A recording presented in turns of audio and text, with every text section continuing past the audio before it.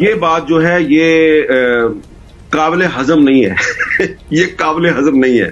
کہ جی وہ پیسے جو ہیں وہ وہیں پہ رہے اور وہ فراغ گوگی ہی نے استعمال کیے. میری انفارمیشن کے مطابق اور بعض اطلاعات کے مطابق وہ پیسے جو ہیں وہ ایک جو بزنس مین ہیں جو کہ عمران خان صاحب کے بہت قریب تھے ان دنوں میں، ان کا جو پرائیویٹ پلین تھا، اس پرائیویٹ پلین میں وہ جو بیگ تھا وہ بیگ اسلام آباد آیا، اور اسلام آباد سے پھر وہ بیگ جو ہے وہ جناب اس وقت کے پرائم منسٹر صاحب کے پاس پہنچا.